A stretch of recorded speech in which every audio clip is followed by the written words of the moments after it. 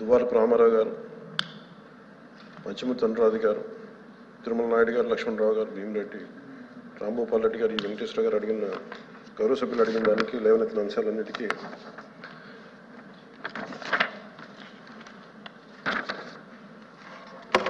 Third amendment కింద almost article 243 part 9 constitution ప్రకారం పంచాయతీ వ్యవస్థకి ఇట్స్ కాన్స్టిట్యూషనల్ ఇది ఉంది. ఖచ్చితంగా దానికి నిధులు స్వయం ప్రతిపత్తి ఉండాలి. దానికి కేంద్రం నుంచి రాష్ట్రానికి నిధులు వస్తున్నాయి. రాష్ట్రం నుంచి పంచాయతీలకు వెళ్ళేటప్పటికి ఖచ్చితంగా కొన్ని సకాలంలో అయితే వెళ్ళట్లేదు. మా అధికారులు అందరితో కూర్చున్నప్పుడు కూడా మాకు తెలిసింది చదువుతుంటే యాజ్ ఆన్ నౌ 988 కోట్లు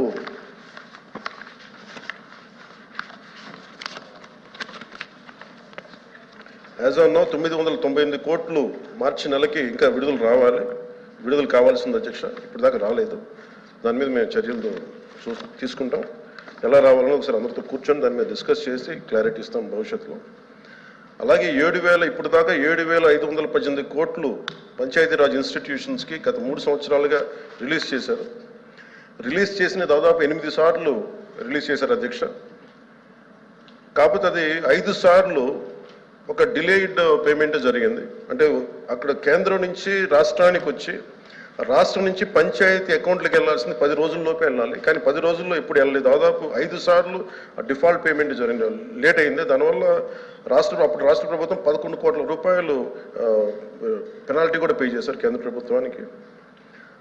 అలాగే ఇప్పుడు భవిష్యత్తులో ఇంకా ఏమేమి జరిగినాయి, ఇంకా అవకతవకలేని జరిగినాయి అంటే ఇందా గౌరవ సభ్యులు చెప్పినట్టుగా దాదాపు డిస్కామ్స్కి పంచాయతీరాజ్ వారి అనుమతి లేకుండా, సర్పంచుల అనుమతి లేకుండా దాదాపు 2,165 కోట్లు వాళ్ళకి డిస్కామ్స్కి పే చేయడం జరిగింది. దాని మీద కేంద్ర పంచాయతీరాజ్ కమిషన్ డిపార్ట్మెంట్ ఇండియా వాళ్ళు వచ్చి వాళ్ళు అడిగారు అధ్యక్ష. అడిగితే 5 పంచాయతీలతోటి వాళ్ళు తీసుకున్నారు. దాని మీద మొత్తం జరిగిన తర్వాత వాళ్ళు ఒకటే చెప్పారు, దీంట్లో కొన్ని అవకతవకలు 6 అంశాలు లేవనెత్తారు అధ్యక్ష. 6 అంశాలు లేవనెత్తిన దాని అనుబంధంగా అన్నీ ఉన్నాయి. కానీ వీటిని గౌరవ సభ్యులు మనకి చూపించిన అన్నిటికీ లేవనెత్తిన అంశాలన్నింటికీ కూడా ఇది ఒక కమిషన్ వేయాలా, ఎంత స్థాయి అవకతవకలు జరిగినాయి, ఏమేమి జరిగినాయి, వీటన్నిటికీ కూడా మేము కొంచెం సమయం కావాలి అధ్యక్ష. కొంచెం మీకు సమయం ఇస్తే వారు లేవనెత్తిన అంశాలన్నింటికీ సరైన రీతిలో బాధ్యతగా మేము సమాధానం ఇస్తాం. అలాగే గౌరవ సభ్యులు చెప్పింది సచివాలయంలో సర్పంచులకి స్థానం లేదు అక్కడ గ్రామ సచివాలయాల్లో. అది మా దృష్టిలో ఉంది అధ్యక్ష, ప్రభుత్వం దృష్టిలో ఉంది. ఖచ్చితంగా దాన్ని వారికి సముచిత స్థానం ఇచ్చేలాగే దాంట్లో ఉంటుంది భవిష్యత్తులో. ఆ విధంగా చర్యలు తీసుకుంటాం.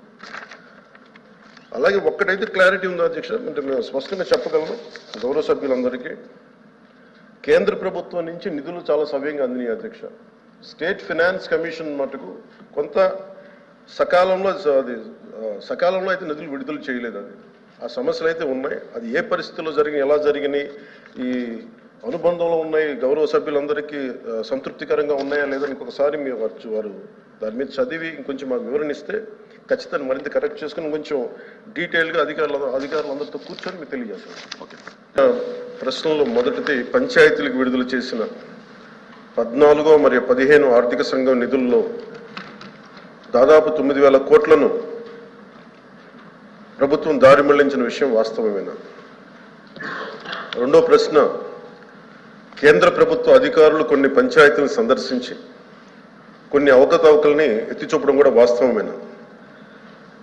మూడో ప్రశ్న అయితే ఒకవేళ వాస్తవం అయితే దాని మీద ఆ దానిపైన తీసుకున్న చర్యలు ఏమిటి? మొదటి ప్రశ్నగా అధ్యక్ష, 9,000 కోట్లను గత ప్రభుత్వం దారి మళ్లించిందా లేదా అనేది అడిగారు అధ్యక్ష. దానికి మా సమాధానం అవునండి.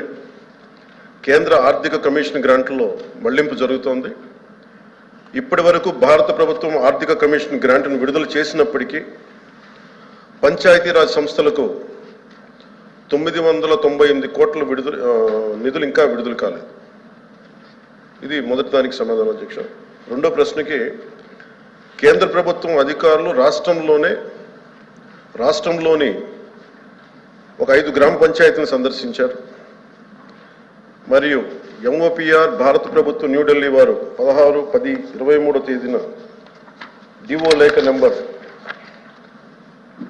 M11015/150/2020 FD Part 1 ద్వారా ఆంధ్రప్రదేశ్ ప్రభుత్వానికి వారి పరిశీలనలు తెలియజేశారు. ఆంధ్రప్రదేశ్ ప్రభుత్వం సమర్పించిన పరిశీలన మరియు ప్రత్యుత్తరాలను కూడా ఈ అనుబంధానికి జత చేయడం జరిగింది.